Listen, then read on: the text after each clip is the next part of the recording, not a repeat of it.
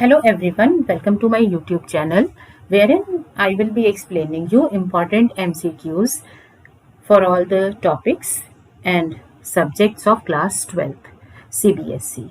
As you all know कि हमारा class 12th का सिलेबस में चेंज हुआ है और पेपर पैटर्न में भी थोड़ा चेंज है and according to that MCQs हमारे क्वेश्चन पेपर का इम्पॉर्टेंट पार्ट होंगे और इनका प्रोपोर्शन और वेटेज भी काफ़ी बढ़ गया है. So we need to practice MCQs a lot. So इस सीरीज में मेरा दूसरा वीडियो है जिसमें मैं NPO के प्रैक्टिकल क्वेश्चंस के MCQs लूँगी. इससे पहले मैंने NPO के थियोरी पार्ट का MCQs का वीडियो लेक्चर बनाया है जो आप मेरे YouTube चैनल पर पीछे जाकर देख सकते हैं. Okay, let us start with the questions directly. So first question है हमारा, subscription received in cash during the year amounted to 4 lakh rupees. तो आपको सब्सक्रिप्शन रिसीव हो गई है 4 लाख रुपीज की और इसके साथ साथ हमें आउटस्टैंडिंग और प्रीपेड अमाउंट्स भी दे रखे हैं. नाउ एक चीज हमें याद रखनी है, जब भी हम कोई भी इनकम या एक्सपेंडिचर रिकॉर्ड करते हैं तो हमें अमाउंट ऑफ रिसिप्ट और पेमेंट दे रखा होता है. लाइक इस केस में हमें सब्सक्रिप्शन रिसीव्ड दे रखा है 4 lakh rupees. But out of that अगर हमें इसमें से amount of subscription income solve करना है तो उसको सॉल्व करने के लिए इसमें आउटस्टैंडिंग और प्रीपेड एडजस्ट करने होते हैं. सो हम क्या लिखेंगे, टाइम लाइन पर आउटस्टैंडिंग और प्रीपेड की इंफॉर्मेशन लिखेंगे. So subscription outstanding at the end of previous year was 20,000. तो ये पिछले साल का है. ये आप मान लो ये टाइम लाइन है करेंट ईयर की. So outstanding at the end of current year is 25,000. Similarly हमें एडवांसेस दे रखे हैं. एडवांस दे रखा है subscription received in advance for next year is 8,000.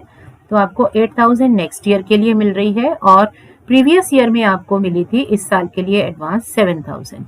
तो इसमें फॉर्मूला आपको पता है, सब्सक्रिप्शन इनकम निकालने के लिए हमें आउटस्टैंडिंग और एडवांसेस को प्लस माइनस करना होता है. सो जिसको फॉर्मूला नहीं भी याद हो वो एक बात याद रख सकता है कि जो आउटस्टैंडिंग्स होते हैं ये हमारे बिलोंग करते हैं पिछले पीरियड को. ठीक है, आउटस्टैंडिंग हमेशा पिछले टाइम पीरियड का होता है और जो एडवांसेस होते हैं वो हमेशा आगे के लिए दिए जाते हैं. अगर आज आप एडवांस दे रहे हो तो आप आगे के लिए दे रहे हो, पीछे के लिए नहीं दे रहे हो. ठीक है, तो अगर हम ये टाइम पीरियड का ध्यान रखें तो हमारे एडवांसेस हो गए पिछले टाइम के और एडवांसेस हो गए, आउटस्टैंडिंग हो गए सॉरी पिछले टाइम के और एडवांसेस हो गए हमारे नेक्स्ट ईयर के. तो अगर मैं इसको करेंट ईयर ले रही हूँ, ठीक है, ये मेरा करेंट ईयर है, तो इसमें कौन से अमाउंट हैं जो करेंट ईयर को बिलोंग कर रहे हैं, वो ये दो अमाउंट्स हैं, outstanding at the and and advance in the beginning. तो ये दोनों आपके ऐड हो जाएंगे और जो 20,000 आपका लास्ट पीरियड का है और जो 8,000 आपका इस करेंट ईयर से बाहर निकल गया तो इसको आपको माइनस करना होगा. तो ठीक है, आपका फॉर्मूला भी यही कहता है, outstanding in the beginning minus करते हैं, outstanding at the end plus करते हैं और एडवांस इन द बिगनिंग आपको प्लस करना होता है और एडवांस एट द एंड आपको माइनस करना होता है. सो आपके फॉर्मूले के accordingly 4 lakh minus 20,000 outstanding in the beginning plus 25,000 outstanding at the and, फिर आपके पास आ जाएगा plus 7,000 advance in the beginning and minus 8,000 advance at the and. तो सॉल्व करके इसकी वैल्यू आ गई 4,04,000. ठीक है, विच मीन्स कि हमारा कौन सा इसमें पार्ट हो गया, ए पार्ट हमारा इसका आंसर है. ठीक है, तो ये आपके पास आ जाएगा, ये आपका सॉल्यूशन है. आई होप ये आपको समझ में आ रहा है. ठीक है, अब नेक्स्ट क्वेश्चन है आपका सिमिलर टाइप का है. Opening balance of prize fund was 62,800. During the year, donations are received towards this fund amounting to 15,400. Amount spent on prizes is 16,300. ठीक है, और आपका इंटरेस्ट रिसीव्ड है 8,000, विच इम्प्लाइज ये अमाउंट आपको रिसीव हुआ और दूसरा आपको क्या रिसीव हो रहा है, 15,400 रिसीव हो रहा है.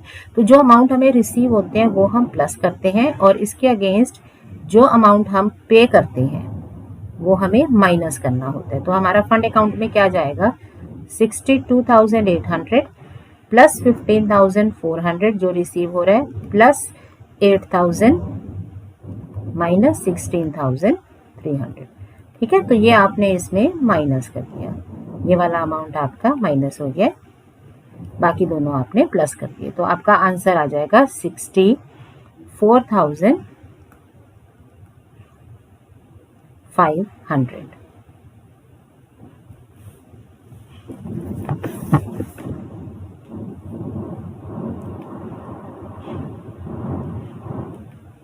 हाँ, तो आपका आंसर आ जाएगा 69,900। ठीक है, तो आप यहाँ पर अपना आंसर मार्क कर सकते हो, आंसर बी। अब नेक्स्ट क्वेश्चन है सब्सक्रिप्शन का। Subscription received during the current year दे रखी है 3 lakh, subscription received in advance है 10,000 नेक्स्ट ईयर के लिए, और लास्ट ईयर आपको जो सब्सक्रिप्शन मिली थी वो थी 8,000। ऑलराइट, सिमिलरली सब्सक्रिप्शन आपके एरियर्स भी दे रखे हैं, लास्ट ईयर के भी और करेंट ईयर के भी।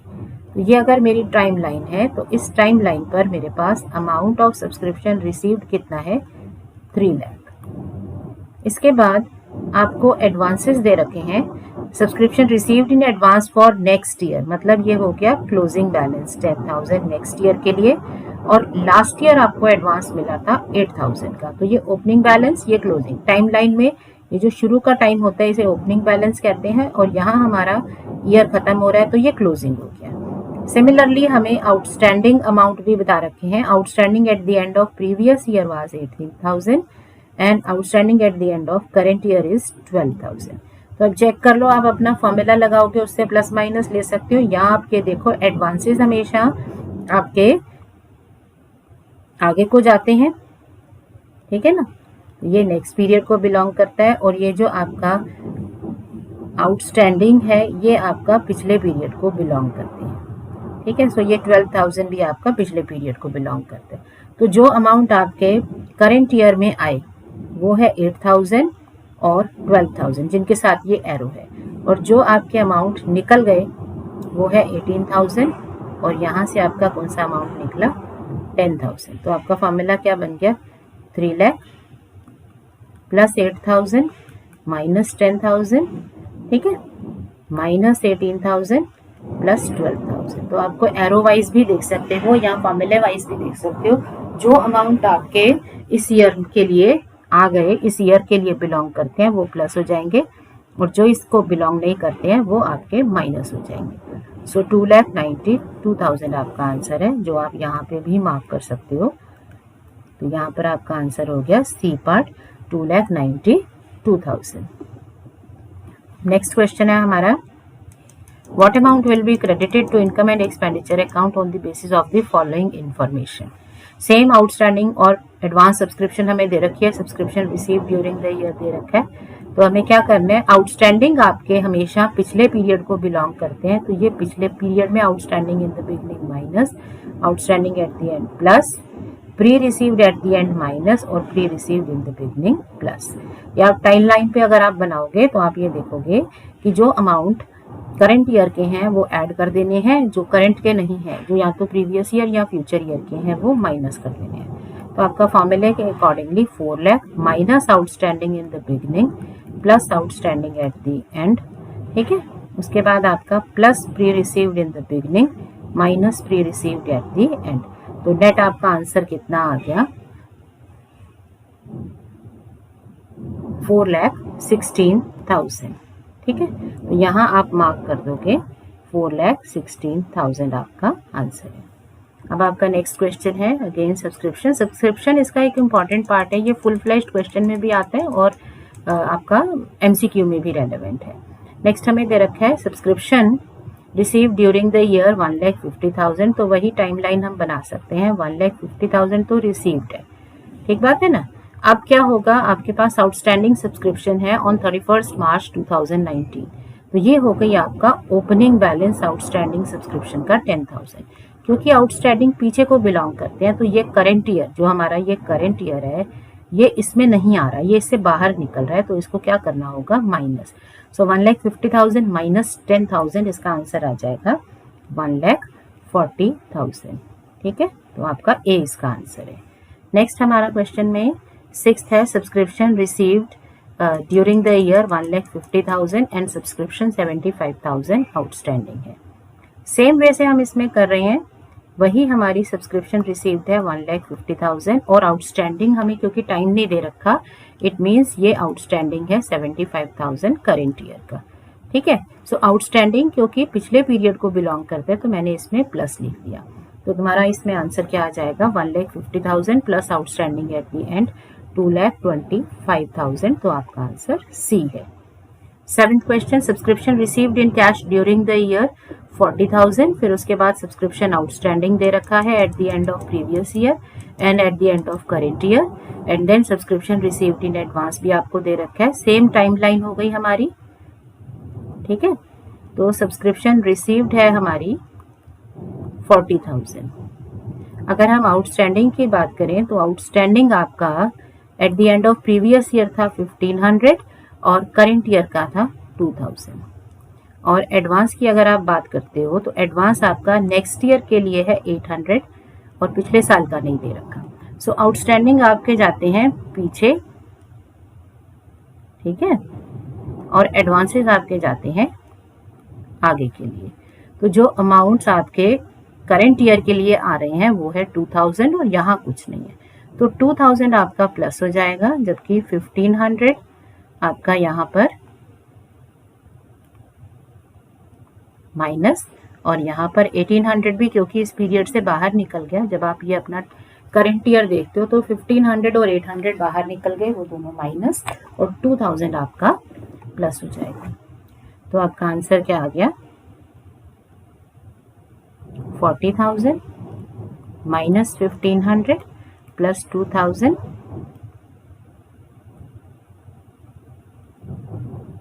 माइनस 800। ठीक है ना, सो आंसर आ गया 39,700। ऑलराइट, तो यहाँ पे हम आंसर लिख देंगे 39,700। नेक्स्ट क्वेश्चन, सो ये समझा रही हूँ तो इसलिए आपका इसमें थोड़ा सा टाइम ज़्यादा लग रहा है, बट जब आप खुद प्रैक्टिस करोगे तो आपका आसानी से हो जाएगा। ठीक है, अब नेक्स्ट है हमारा क्वेश्चन नंबर 8। तो सैलरी पेड इन कैश 79,000। चाहे सैलरी हो, रेंट हो या कोई भी हमारा एक्सपेंडिचर हो, हमें सिर्फ ये देखना है कि टाइम लाइन पर इसकी जो भी इंफॉर्मेशन है वो कौन से पीरियड से बिलोंग करती है। सो सैलरी पेड इन कैश हो गई आपकी 79,000। अब इसमें आउटस्टैंडिंग जो आपको दे रखी है, आउटस्टैंडिंग शॉर्ट फॉर्म में eight the and was 4,000। So outstanding 4,000 है at the and. Salary paid in advance, so advance salary आपकी कितनी दे रखी है, लास्ट ईयर की थी 4,200 करंट ईयर से रिलेटेड, और करंट ईयर में आपने एडवांस दे दी है सैलरी 6,000 नेक्स्ट ईयर से रिलेटेड। ठीक है ना, सो आउटस्टैंडिंग इन द बिगनिंग आपके पास कुछ नहीं है। ऑलराइट, अब आउटस्टैंडिंग पीछे को बिलोंग करते हैं। ठीक है, सो ये पिछले पीरियड और एडवांसेस आपके नेक्स्ट पीरियड को। तो जो आपके अमाउंट्स करंट ईयर में आ रहे हैं, मतलब ये 4,000 और ये आपका नेक्स्ट हो गया यहाँ पर 4,200, ये प्लस हो जाएंगे क्योंकि ये दोनों अमाउंट करंट ईयर में है, और ये जो 6,000 है आपका, ये आपका माइनस हो जाएगा। ठीक है ना, क्योंकि ये इस करंट ईयर से बाहर है, ये अगले पीरियड के लिए है। तो हमारा फॉर्मूला क्या बन गया, 79,000 प्लस 4,000 प्लस 4,200 माइनस 6,000। तो आंसर आ जाएगा 81,200। ठीक है, तो आपका आंसर आ गया 81,200। अब नेक्स्ट है हमारे पास question, salary paid for the year. Again same salary 70,000 हमें टाइमलाइन पर दे रखी है। सैलरी पेड है 70,000। Now how much amount will be recorded in income and expenditure. तो सेम है, आउटस्टैंडिंग इन द बिगनिंग है 5,500, आउटस्टैंडिंग एट द एंड है 6,000, prepaid in the beginning है 1,200 और प्रीपेड एट द एंड है 1,000। आप ये मान के चलो कि ये है हमारा करंट ईयर। ठीक है ना, एक करंट ईयर ये हमारा चल रहा है टाइमलाइन पर। तो जो आउटस्टैंडिंग्स होते हैं वो हमारे बिलोंग करते हैं पिछले पीरियड को, तो आउटस्टैंडिंग हो गए पीछे के पीरियड में। ठीक है, और प्रीपेड बिलोंग करते हैं नेक्स्ट पीरियड को। तो इसके अकॉर्डिंगली 6000 जो है ये आपका करंट ईयर में आ गया, 1200 भी करंट ईयर का है, बट 1500 और 1000 रुपीज आपके इस पीरियड के नहीं है, ये बाहर के हैं। एक लास्ट ईयर का है, एक फ्यूचर ईयर का है। तो आपकी एक्सपेंडिचर कितना आ जाएगा, 70,000 minus outstanding in the beginning plus outstanding at the end, okay, plus prepaid in the beginning minus prepaid at the end. So आ गया आपका आंसर 70,700। ठीक है, तो यहाँ पर हम मार्क कर सकते हैं 70,700। अब नेक्स्ट क्वेश्चन है subscription received in cash during the year 60,000। सो वही टाइमलाइन हम बना सकते हैं। सब्सक्रिप्शन रिसीव्ड है हमारी 60,000। Now it includes 5,000 for previous year. Previous year की है, इसका मतलब आउटस्टैंडिंग ऑफ प्रीवियस ईयर 5,000 हमें रिसीव हुआ है। ठीक है, नॉर्मली जितना आउटस्टैंडिंग होता है वो मिल जाता है, कई बार थोड़ा सा फर्क होता है। So subscription in arrear for last year was 6,000, तो ये थोड़ा सा फर्क है। यहाँ पर एरियर में था 6,000, 5,000 मिला, इसका मतलब 1000 अभी भी एरियर में है। ऑलराइट, अब आउटस्टैंडिंग के बाद आपको दे रखा है सब्सक्रिप्शन रिसीव्ड इन एडवांस। ठीक है, सो नेक्स्ट है हमारे पास subscription received in advance for next year 3,000 and subscription received in advance during previous year for current year is 2,000। अब करेंट ईयर का सब्सक्रिप्शन एरियर है 5,400, बट क्या है कि आपको क्योंकि लास्ट ईयर का जो अमाउंट था उसमें से 1000 अभी नहीं मिला है, तो आपका टोटल एरियर हो गया एंड में 6,400। तो ये याद रखना है, अगर आप बैलेंसेस ले रहे हो तो आपके आउटस्टैंडिंग के बैलेंसेस 6,000 इन द बिगनिंग था, बट 5 मिल गया, 1 अभी बच गया, तो क्लोजिंग में आपका बैलेंस हो गया 6,400। अब प्लस माइनस के साइंस का तो वही रूल है, जो आपके आउटस्टैंडिंग्स होते हैं वो आपके पिछले पीरियड को बिलोंग करते हैं। ठीक है, सो आउटस्टैंडिंग आपका बिलोंग करता है पिछले पीरियड का, और प्रीपेड आपके बिलोंग करते हैं नेक्स्ट पीरियड को। तो आपको प्लस करना होगा 6,400 और आपको प्लस करना होगा 2,000, और जो अमाउंट आपके पिछले पीरियड से बिलोंग करते थे वो आपको माइनस करने होंगे। तो आपका फॉर्मूला क्या बन गया, 60,000 माइनस 6,000 प्लस 6,400 प्लस 2,000 माइनस 3,000। इसे फॉर्मूले की तरह रट भी सकते हो और इसको सॉल्व भी कर सकते हो। ठीक है, तो आपका आंसर आ जाएगा इसमें 60 और ये सब माइनस करने के बाद 59,400। ठीक है, तो आप यहाँ पर इसका आंसर मार्क कर लोगे 59,400। अब नेक्स्ट क्वेश्चन है आपका, how much amount will be shown in income and expenditure account in the following cases. Stationery, okay, अब स्टेशनरी में भी देखो, स्टेशनरी एक कंज्यूमेबल आइटम है। ठीक है, स्टेशनरी आप खरीदते हो, उसके बाद उसको यूज करना शुरू करते हो और कुछ अमाउंट बच भी जाता है। अब स्टेशनरी के लिए जो आपने पेमेंट की है वो थी 60,000 की।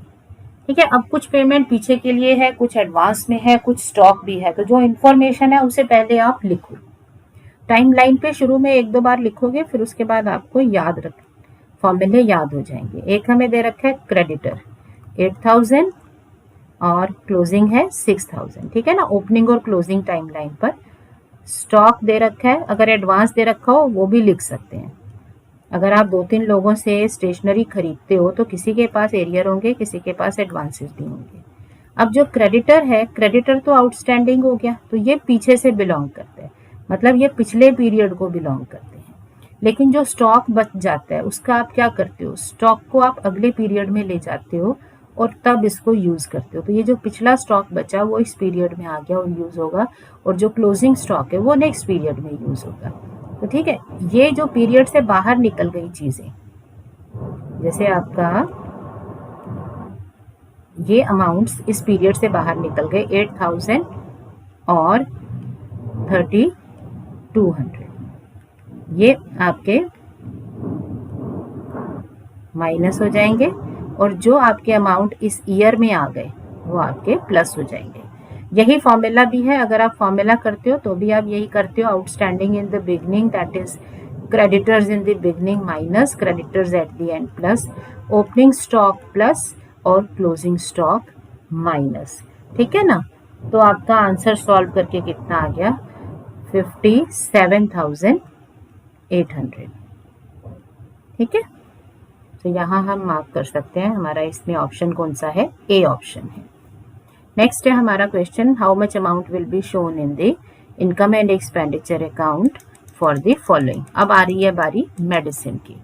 कोई भी एक्सपेंडिचर हो, चाहे वो स्टेशनरी हो, चाहे वो मेडिसिन हो, या वो हो क्रॉकरी जिसमें स्टॉक्स इन्वॉल्व होते हैं, तो आपको क्या याद रखना है कि जो करेंट ईयर का अमाउंट है, ठीक है ना, उसमें एडजस्टमेंट्स कैसे करनी होती हैं। जो हमारे स्टॉक्स हैं, स्टॉक्स आगे को बिलोंग करते हैं क्योंकि वो बैलेंस बच गया, वो आगे लेके जाने। जो एरियर्स हैं वो आपके पिछले पीरियड को बिलोंग करते हैं।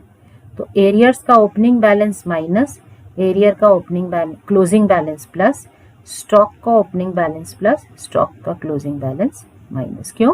क्योंकि इसमें जो अमाउंट्स हमारे करेंट ईयर से बाहर निकल गए, ये एरोज ध्यान रखो, ये अमाउंट बाहर निकल गए हैं, इनको माइनस करना है। सो जो आपकी पेमेंट थी 1,50,000, इसमें से माइनस करोगे 18,000 और आप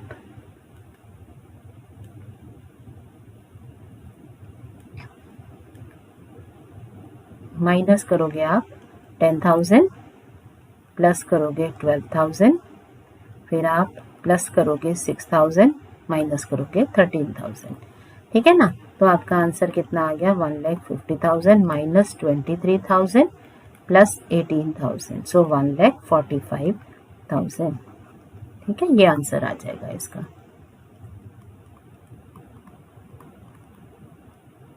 ये आपने सॉल्व किया। ठीक है, अब नेक्स्ट क्वेश्चन है सैलरीज का। तो हमारे देखो बेसिक क्वेश्चंस में यही एडजस्टमेंट्स है, आउटस्टैंडिंग्स है, प्रीपेमेंट्स है, और अगर वो कंज्यूमेबल हो तो स्टॉक इन्वॉल्व है। अब आपकी वर्किंग वही रहने वाली है जो मैंने आपको बेसिक आपको फॉर्मूला बताया। सैलरी भी अगेन पेमेंट है आपकी 36,000 for the current year. Okay, 2020 को एंड हो रहा है मार्च में। अब आपका एडवांस सैलरी दे रखा है, advance at the previous year was 4,000। ठीक है, और calculate the amount of salaries to be debited to income and expenditure. So एक ही एडजस्टमेंट है क्योंकि ये एडवांस था आपका, पिछले साल आपको एडवांस मिला हुआ था, पे किया हुआ था आपने, तो एडवांसेस जो होते हैं वो आगे के लिए दिए जाते हैं। तो 4,000 जो है वो आपने लास्ट ईयर इस ईयर के लिए पे किया होगा। तो आपकी वर्किंग क्या होगी 36,000 प्लस 4,000, क्योंकि ये 4,000 जो अमाउंट है ये आपका करेंट ईयर में आ गया। याद रखो ये हमारी टाइम लाइन है। ठीक है ना, ये टाइम लाइन है। तो 4,000 इस ईयर में आ रहा है, सो 40,000 हमारा आंसर आ जाएगा, 40,000। नेक्स्ट है आपका compute rent for the year, outstanding and prepaid और rent during the year also. Again हमारा रूल तो वही है, जो आउटस्टैंडिंग होते हैं वो पिछले पीरियड को बिलोंग करते हैं और जो प्रीपेड होते हैं वो फ्यूचर के लिए होते हैं। तो आपके करेंट ईयर में कौन से अमाउंट आ गए, करेंट ईयर में ये दोनों अमाउंट्स आए, 14,000 ये भी प्लस होगा और 6,600 प्लस होगा, और outstanding in the beginning and prepaid at the end minus हो जाएंगे। सो आपका 2,97,000 minus outstanding in the beginning plus outstanding at the end, okay, plus prepaid in the beginning minus prepaid at the end. So इसका answer आपका solve करके कितना आ जाएगा 2,88,200। ठीक है ना। सो अब आप इसको मार्क कर सकते हो। नेक्स्ट क्वेश्चन है आपका सैलरी का। सो ऑलमोस्ट सेम क्वेश्चंस ये आपके, बट हमें फॉर्मूले और वर्किंग याद में रखनी है। सो अब सैलरी में क्या दे रखा है, salary paid in cash. Okay, so time line पे अगर आप बनाते हो प्लस माइनस करना इजी रहेगा, 30,000 है पेमेंट। अब है outstanding salary at the end of previous year was 2,000 and at the end of current year it is 3,000। Okay, then salary paid in advance, advance paid during current year for next year है, तो यहाँ कोई advance नहीं है, यहाँ आपके पास है 2600 का advance. So calculate the expenditure. तो आउटस्टैंडिंग आपका क्योंकि पिछले पीरियड को बिलोंग करती हैं, तो इसका मतलब हो गया 3000 प्लस होगा क्योंकि ये करेंट ईयर में जाएगा, और 2000 पिछले पीरियड के लिए चला गया माइनस। एडवांसेस आपके नेक्स्ट पीरियड के लिए पे होते हैं, सो 2600 आपका नेक्स्ट के लिए चला गया, माइनस हो गया। सो 30,000 माइनस 2000 प्लस 3000 माइनस 2600, ठीक है ना। तो आपका आंसर कितना आ जाएगा, 28,400। सो आप यहाँ पर मार्क कर सकते हो डी। एक ही बेसिक रूल है, अगर आप ध्यान से समझोगे, प्लस माइनस करने का एक ही कॉन्सेप्ट है। आप टाइम लाइन पे देखो, जो अमाउंट करेंट ईयर में आता है उसको प्लस करना है, जो करेंट ईयर में नहीं आता उसको माइनस कर देना है, ठीक है। अब ये थोड़ा अलग क्वेश्चन हो गया। फर्नीचर आपको दे रखा है, ठीक है, 31 मार्च 2019 को furniture having book value on 1 अप्रैल 2018 40,000, इसको आपने सेल कर दिया एट अ लॉस ऑफ 20%। कब सेल कर रहे हो, 31 दिसंबर, ठीक है। तो 9 मंथ्स, कितना टाइम निकला है, 9 मंथ्स के बाद आपने इसको सेल कर दिया एट अ लॉस ऑफ 20%। तो अगर आपने इसे 9 मंथ्स के बाद सेल किया है तो इसका डेप्रिसिएशन भी आएगा 10% पर एनम फॉर 9 मंथ्स, क्योंकि वो आपने कब किया है, पर एनम के अकॉर्डिंगली 9 मंथ्स इसको यूज किया। तो इसका डेप्रिसिएशन आ जाएगा 10% फॉर 9 मंथ्स, मतलब 9/12। तो इसका डेप्रिसिएशन बन गया 3000 रुपीज। सॉल्व करोगे, ठीक है।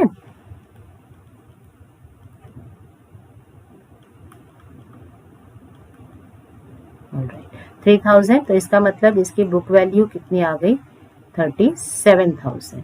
सो जो एसेट आप बेच रहे हो उसकी book value at the time of sale है 37,000, और इसको आप कैसे बेच रहे हो, एट अ लॉस ऑफ 20%। तो लॉस कितना हो गया, 20% बुक वैल्यू पर, ठीक है ना। सो आ गया 7400 रुपीज का लॉस। तो हमें loss on sale of furniture ही पूछा है ना, calculate loss on sale of furniture. तो लॉस पूछा है तो हम लॉस को ही मार्क करेंगे। अब इसमें अगर सेलिंग प्राइस पूछी होती तो आप सेलिंग प्राइस भी इजीली निकाल सकते हो। सेलिंग प्राइस क्या होगी, बुक वैल्यू, और लॉस हो गया तो book value minus loss, any how. तो क्वेश्चन में कई बार हम extra, okay, so now moving on to next question 17, calculate the amount of purchase। अब हमें अमाउंट ऑफ परचेज सॉल्व करना है for the following information. Okay, so creditors for stationery दे रखा है और स्टेशनरी की पेमेंट दे रखी है, तो एक ही इंफॉर्मेशन हमें बता रखी है। तो जो क्रेडिटर्स होते हैं, क्रेडिटर्स बेसिकली आउटस्टैंडिंग होते हैं। तो आउटस्टैंडिंग तो आपके हमेशा पिछले पीरियड को बिलोंग करते हैं, ठीक है, आउटस्टैंडिंग पिछले साल के होते हैं। ओके, अब आपके पास ये जो करेंट ईयर है आपका, क्योंकि करेंट ईयर इन दोनों डेट्स के बीच में पड़ रहा है, विच इम्प्लाइज कि जो अमाउंट इस पीरियड में आएगा वो है 11,800। तो 11,800 प्लस हो जाएगा और इधर से 4,600 माइनस हो जाएगा।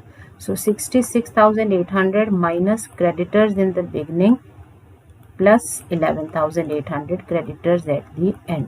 तो आपका आंसर क्या आ जाएगा, 74,000। ऑलराइट, तो अब आप इसे मार्क कर सकते हो, 74,000 आपका आंसर है। नेक्स्ट है आपका स्टेशनरी।